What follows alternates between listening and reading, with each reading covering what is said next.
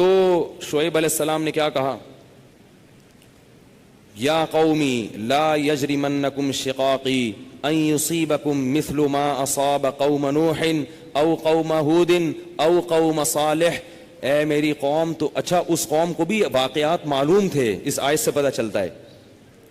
اے میری قوم، ایسا نہ ہو کہ جو عذاب نوح علیہ السلام کی قوم پہ آیا جس کا تمہیں پتہ ہے، یا جو عذاب قوم ہود پر آیا، یا جو عذاب قوم صالح پر آیا، ایسا نہ ہو کہ وہی تم پر بھی آ جائے. اور یہ بھی کہنے لگے وما قوم لوط منکم ببعید، لوط علیہ السلام کی قوم تو بہت قریب ہے تم سے، جا کے دیکھ لو ان کے حالات، وہ تو ابھی ماضی کا قریب کا قصہ ہے. وَيَا قَوْمِ لَا يَجْرِمَنْ وَيَا قَوْمِ اسْتَغْفِرُوا رَبَّكُمْ ثُمَّ تُوبُوا إِلَيْهِ. اے میری قوم اعتراضات چھوڑ دو، استغفروا ربکم، رب سے توبہ استغفار کرو. دیکھو وہ لوگ استغفار کا مطلب سمجھتے تھے، ہم لوگ استغفار کا مطلب نہیں سمجھتے.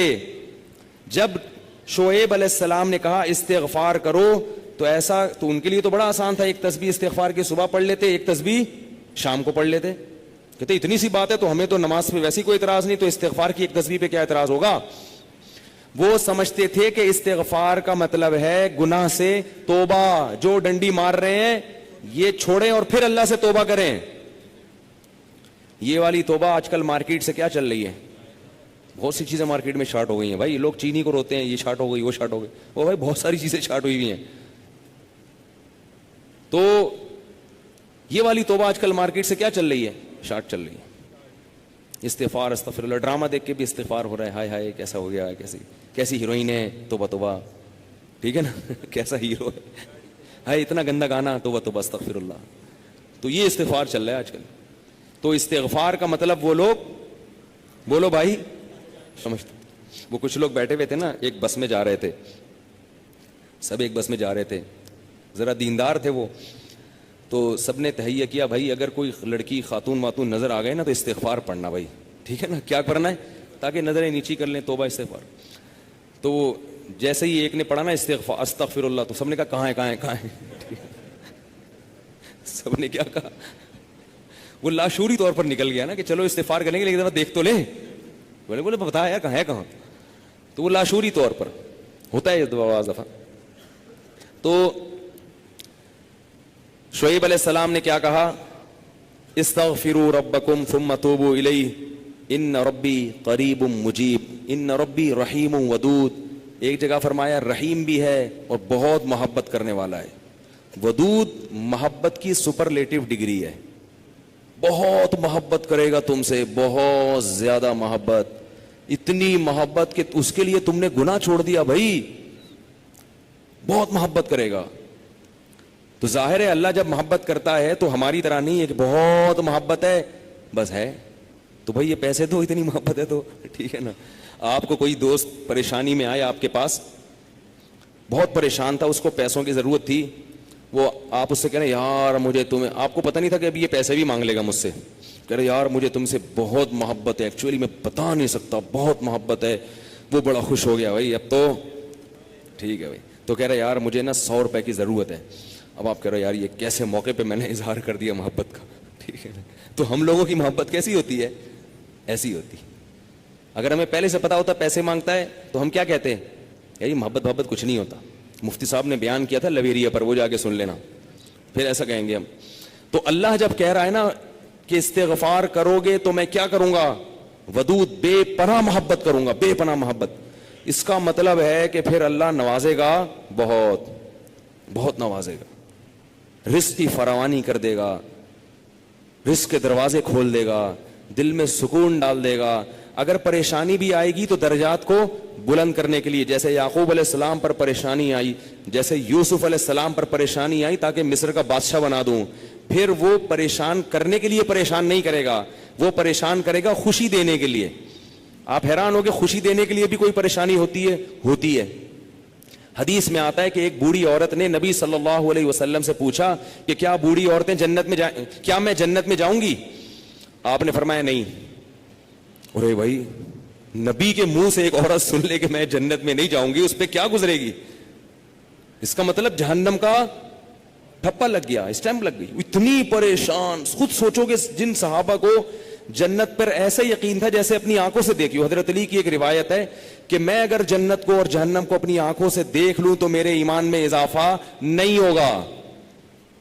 تو جن لوگوں کا ایمان ایسا ہو نبی پر ایک ایک بات پر, وہ نبی کے منہ سے سن لیں کہ میں جنت میں نہیں جاؤں گی, تو اس پہ قیامت نہیں آ گئی ہوگی. رونے لگی, پریشان ہو گئی, کچھ دیر میں نبی نے فرمایا کہ جاؤ گی جوان ہو کے.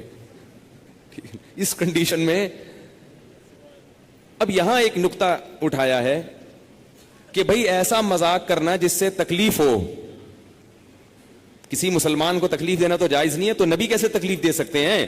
اتنی تکلیف میں ڈال دیا بیچاری کو. تو اس کا جواب یہی ہے کہ بعض دفعہ تکلیف کسی بہت بڑی خوشی کا پیش خیمہ ہوتی ہے. نہیں آئی بات؟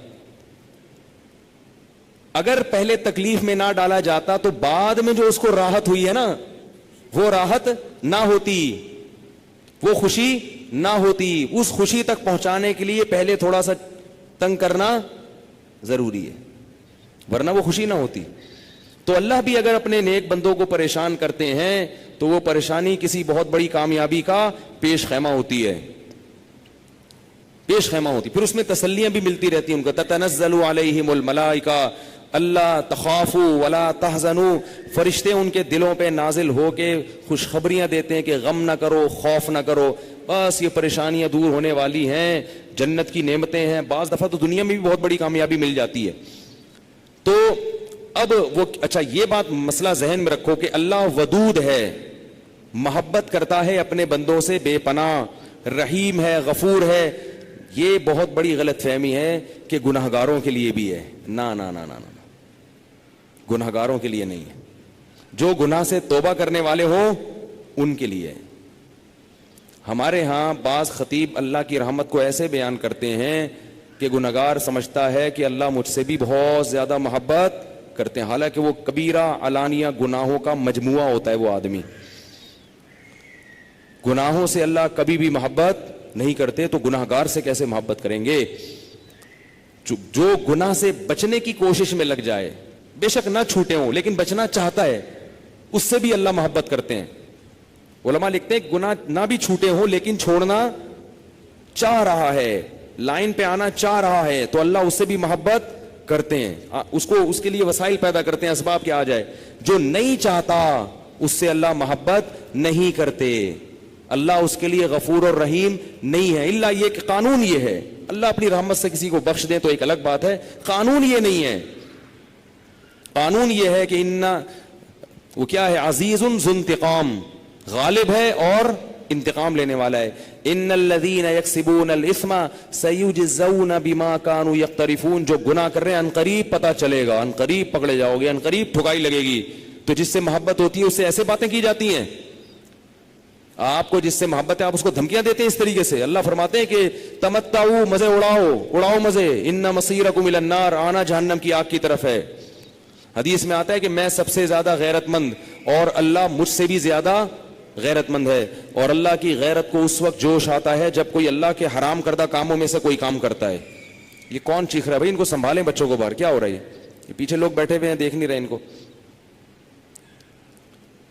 تو اللہ کو غیرت کس وقت آتی ہے؟ حدیث کے الفاظ ہیں کہ جب کوئی بندہ اللہ کے حرام کاموں میں سے کسی کام کا ارتکاب کرتا ہے. اللہ کھلا رہا ہے, اللہ پلا رہا ہے, پھر آپ ناجائز کی طرف جا رہے ہو.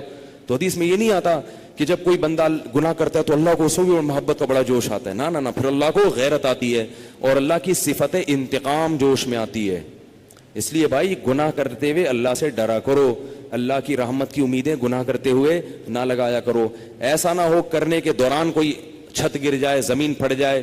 بنی اسرائیل نے گناہ کیا تھا نا, ہفتے کے دن اللہ نے منع کیا شکار مت کرو, انہوں نے کر لیا, تو کیا اللہ بڑا غفور رحیم, اللہ نے معاف کر دیا فوراً. رات کو سوئے ہیں تو صبح کیا ہوا ہے, بندر اور سور جیسی شکلیں بنی ہوئی تھی. اللہ ہم سب کو محفوظ رکھے. تو گناہ سے بچنا چاہو گے تو اللہ کی رحمتیں ہیں, اللہ کی محبتیں ہیں. گناہ سے بچنے کا ارادہ نہیں کرتے تو پھر جہنم ہے, پھر جنت نہیں ہے. سمجھ رہے ہو کہ نہیں سمجھ رہے بھائی؟ یہ باتیں کہتے ہوئے مجھے بھی ڈر لگتا ہے, مجھے بھی ڈر لگتا ہے.